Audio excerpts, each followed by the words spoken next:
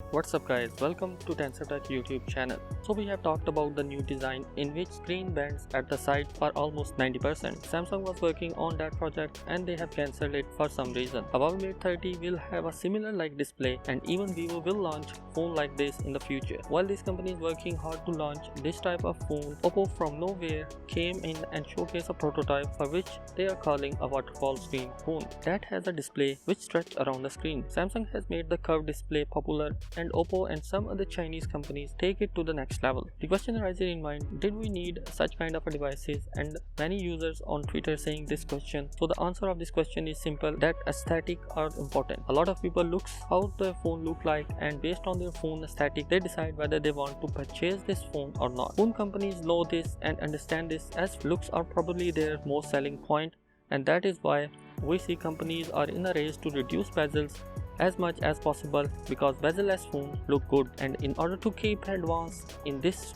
saturated market to boost their business they need to keep changing the design.